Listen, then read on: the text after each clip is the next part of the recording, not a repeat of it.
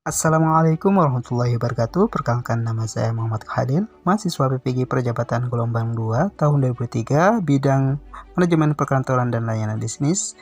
Kali ini kita akan membahas elemen 5, fungsi pemilihan logistik. Sebelumnya, semoga video ini dapat membantu peserta didik dalam memahami materi pelajaran manajemen logistik elemen 5 fungsi pemeliharaan logistik. Biar tidak lama, kita langsung saja. Di video kali ini kita akan membahas elemen 5 fungsi pemeliharaan logistik. Nah, di sini kita akan membahas 4 poin penting. Yang pertama yaitu pengertian fungsi pemeliharaan logistik. Yang kedua yaitu tujuan pemeliharaan logistik. Yang ketiga, klasifikasi pemeliharaan. Yang keempat, metode pemeliharaan logistik. Baik, kita akan bahas satu persatu. Yang pertama, kita akan membahas yaitu pengertian fungsi pemeliharaan logistik. Nah, di sini manajemen pemeliharaan logistik berfungsi untuk menjaga suatu barang agar tetap dalam keadaan baik. Kemudian, hal yang akan dicapai dalam kegiatan pemeliharaan adalah menjaga dan menjamin setiap logistik yang ada tetap berfungsi sebagai mestinya. Baik, biar lebih jelas kita bahas lebih dalam lagi pengertian pemeliharaan logistik. Nah, di sini kita bisa lihat pengertian pemeliharaan menurut Permendagri nomor 17 tahun 2007 mengatakan bahwa pemeliharaan merupakan kegiatan atau tindakan agar semua barang selalu dalam keadaan baik dan siap untuk digunakan secara berdaya guna dan berhasil guna. Terus di bawahnya, pemeliharaan logistik menurut Lukas dan Brunsar yaitu pemeliharaan logistik adalah setiap kegiatan untuk mempertahankan kondisi teknis daya guna dan daya hasil logistik sehingga setiap logistik yang ada senantiasa merupakan logistik yang siap pakai dan umur pemakaian logistik mencapai batas yang optimal. Nah, jadi kesimpulannya adalah pemeliharaan logistik itu suatu kegiatan yang dilakukan oleh suatu perusahaan untuk menjaga barang-barang yang ada di perusahaan agar tetap terjaga dan dapat digunakan jika dibutuhkan suatu saat dengan waktu yang optimal.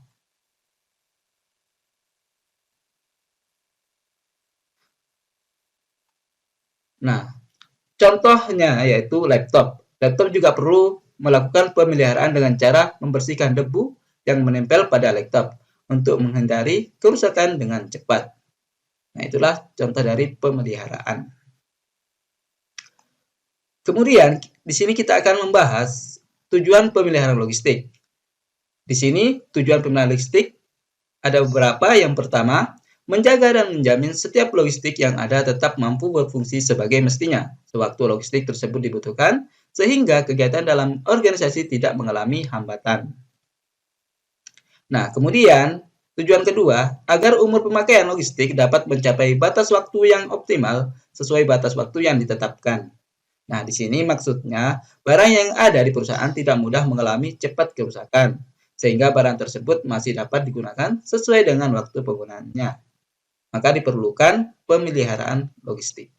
Kemudian, yang ketiga yaitu mendukung efisiensi organisasi. Di sini maksudnya adalah agar nantinya barang-barang tersebut tetap dapat digunakan oleh perusahaan dalam rangka efisiensi perusahaan, maka dibutuhkan suatu pemeliharaan logistik. Selanjutnya, kita akan membahas klasifikasi pemeliharaan logistik. Di sini ada dua klasifikasi pemeliharaan logistik. Yang pertama yaitu pemeliharaan terencana, yang kedua yaitu pemeliharaan tidak terencana. Nah, kita akan bahas satu persatu, mulai dari satu, pemeliharaan terencana. Pemeliharaan terencana adalah pemeliharaan yang dilakukan secara terorganisir untuk mengantisipasi kerusakan peralatan di waktu yang akan datang. Pengendalian dan pencatatan sesuai dengan rencana yang telah ditentukan sebelumnya.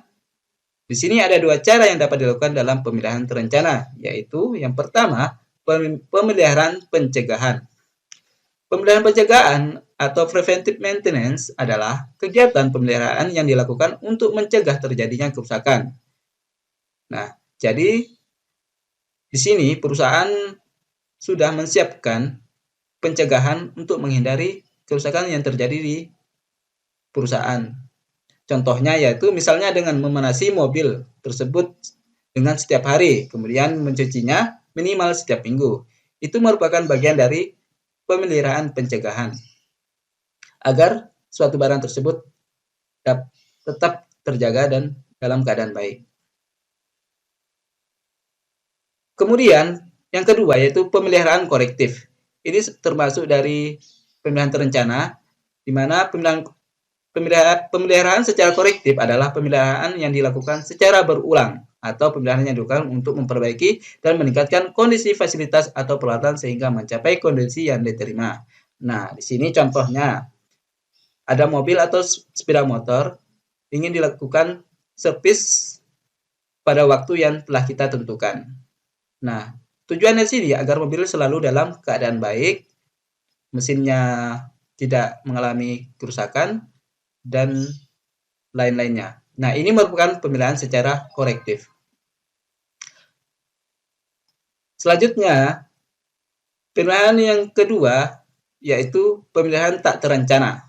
Pemeliharaan tak terencana adalah yaitu pemeliharaan darurat yang didefinisikan sebagai pemeliharaan di mana perlu segera dilaksanakan tindakan untuk mencegah akibat yang serius, misalnya hilangnya produksi, kerusakan besar pada peralatan atau keselamatan kerja. Nah, contohnya pemeliharaan tak terencana ini jika suatu perusahaan tersebut mengalami kebakaran, maka diperlukan adalah pemeliharaan tak terencana secara darurat.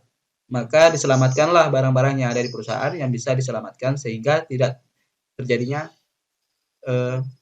barang-barang lebih besar mengalami kerusakan, hingga dapat meminimalisir barang-barang untuk bisa diselamatkan dengan baik.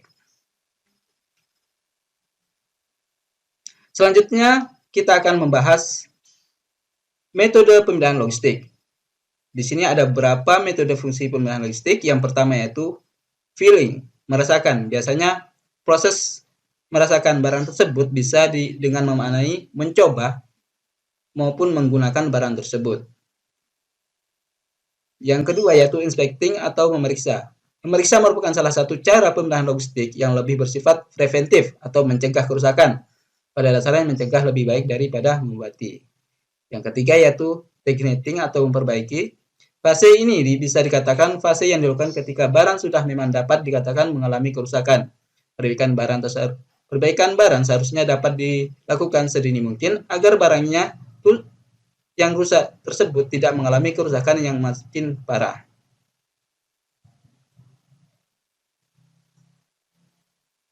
Kemudian, yang keempat yaitu cleaning atau membersihkan. Cara pemeliharaan logistik yang paling mudah namun dampaknya besar terhadap suatu barang, yaitu dengan cara membersihkan. Dengan dibersihkannya secara teratur, secara tidak langsung, juga dapat mencegah kerusakan barang. Selanjutnya yang kelima yaitu adjusting atau mencoba. Mencoba pada hakikatnya adalah salah satu cara pemeliharaan logistik. Dengan mencoba kita akan tahu tingkat kinerja barang tersebut, apakah barang tersebut masih layak atau mengalami kerusakan.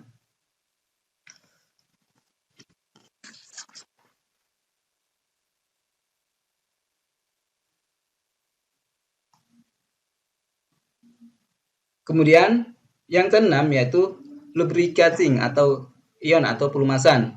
Biasanya barang dilakukan pelumasan adalah barang yang berhubungan dengan mesin-mesin atau alat yang bekerja secara berkelanjutan. Nah, inilah tadi metode pemeliharaan logistik. Yang pertama itu feeling, merasakan, yang kedua inspecting, ketiga techneting, yang keempat cleaning, yang kelima adjusting, yang keenam lubrication. Nah, oke, mungkin hanya itu saja yang dapat saya sampaikan. Kurang dan lebihnya mohon maaf. Wassalamualaikum warahmatullahi wabarakatuh. Semoga bermanfaat.